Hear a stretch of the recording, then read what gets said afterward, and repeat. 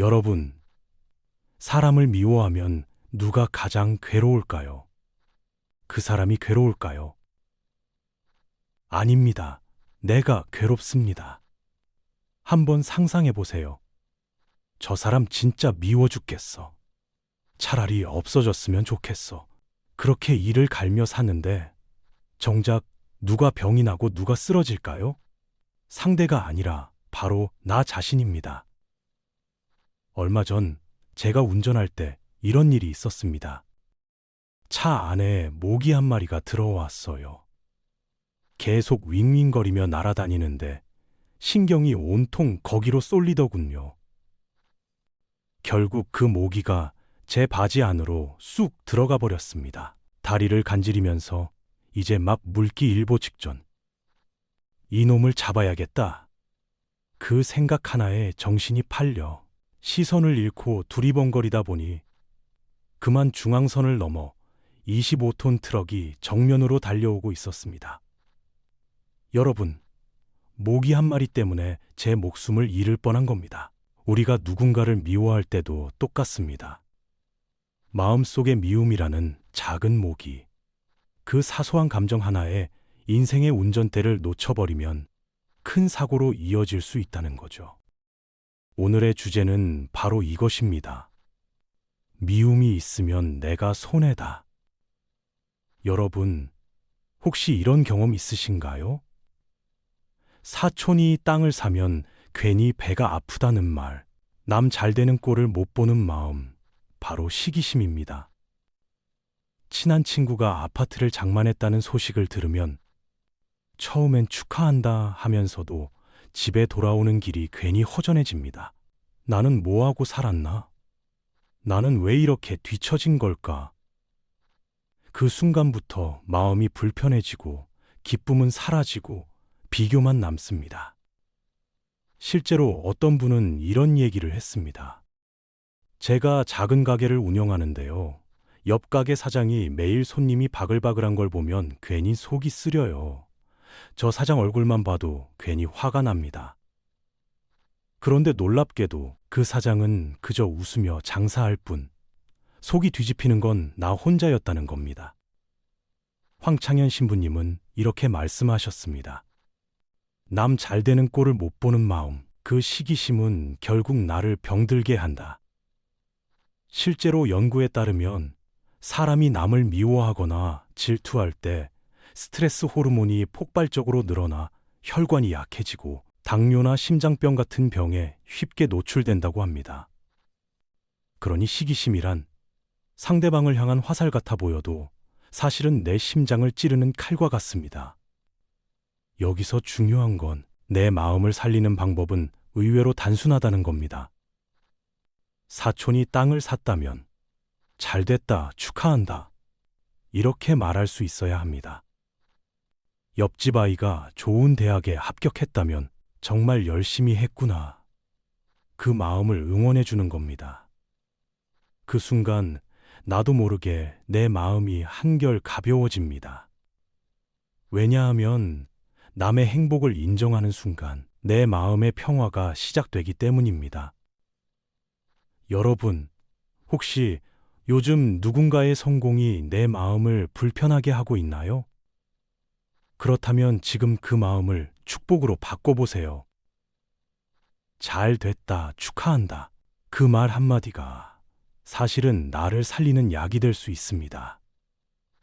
여러분, 인생에서 가장 괴로울 때가 언제일까요? 많은 사람들이 이렇게 고백합니다. 제가 힘들었던 건 남 때문이 아니라 제 욕심 때문이었습니다. 작은 가게를 운영하던 한 사장님이 있었습니다. 하루에 국밥 100그릇을 팔면 그날은 정말 행복했어요. 손님들도 고맙고 얼굴엔 늘 미소가 가득했습니다. 그런데 어느 날 문득 이런 생각이 듭니다. 내가 가게를 조금만 크게 지으면 500그릇도 팔 수 있지 않을까? 욕심이 시작되자 이야기가 달라집니다. 건물을 크게 짓고 직원도 늘리고 대출도 받았습니다. 그리고 하루 200그릇을 팔게 되었죠. 객관적으로는 분명히 더 잘 된 겁니다. 하지만 그 사장님의 얼굴에는 웃음이 사라졌습니다. 오늘은 왜 300그릇이 안 팔렸지? 이번 달 매출은 왜 기대에 못 미치지? 만족이 사라지고 불안과 초조만 남았습니다. 여러분, 욕심은 이런 겁니다. 100그릇에 만족할 땐 행복했는데 500그릇을 욕심내는 순간부터 300그릇을 잃었다고 괴로워하는 겁니다. 더 가지려는 마음이 이미 가진 행복을 빼앗아 가는 것이죠. 저 역시 그런 경험이 있습니다. 몸이 아프기 전에는 아침 강의, 저녁 강의, 서울 갔다가 부산까지 달려가며 7일 중 9일을 일했습니다. 더 많은 사람을 만나야지, 더 큰 성당을 지어야지, 수영장도 만들고 계획이 끝없이 늘어갔습니다. 그러다 위암 선고를 받았을 때 문득 이런 생각이 들었습니다. 내가 죽으면 성당이 뭐가 필요해? 내가 죽으면 수영장이 무슨 소용이야? 그제야 깨달았습니다. 내 인생을 괴롭힌 건 남이 아니라 내 욕심이었다는 것. 여러분, 혹시 지금 삶이 괴롭습니까? 혹시 욕심이 나를 끌고 가는 건 아닌지 한번 돌아보셔야 합니다. 필요한 만큼, 감당할 만큼, 그 정도면 충분합니다. 욕심을 내려놓을 때 비로소 편안함과 평화가 우리 마음에 찾아옵니다. 여러분, 누군가를 너무 미워해 본 적 있으신가요? 미워 죽겠어. 이 말 정말 자주 하죠. 그런데 잘 생각해 보세요. 내가 누군가를 미워한다고 해서 그 사람이 괴로울까요? 아닙니다. 미워하는 내가 더 괴로운 겁니다. 제가 아는 분이 늘 이런 말을 했습니다. 저 사람 꼭 벌 좀 받았으면 좋겠어. 저놈이 안 망하고 내가 먼저 죽을까봐 그게 더 억울해. 그런데 현실은 어떨까요? 정작 내가 미워하는 그 사람은 멀쩡히 잘 살고 속을 끓이고 병이 나는 건 바로 나 자신입니다. 실제로 의학적으로도 그렇습니다. 분노와 미움이 쌓이면 혈관벽이 약해지고 심장병, 뇌출혈 같은 질병으로 이어지기 쉽다고 합니다. 또 암세포를 죽이는 NK세포가 줄어들어서 병에 걸릴 위험도 높아진다고 해요. 결국 미움은 상대를 해치지 못하고 내 몸과 마음만 파괴하는 독이 되는 겁니다. 인생은 결국 내 인생을 지켜내는 싸움입니다. 미운 사람 잡으려다 내 인생을 잃지 마세요. 미움은 상대가 아니라 나를 파괴하는 칼이라는 걸 기억하시길 바랍니다. 여러분, 우리가 왜 이렇게 힘들까요? 많은 경우 남 탓을 하기 때문입니다. 저 사람만 아니었으면, 그때 그 일이 없었으면, 이런 말 참 많이 하죠.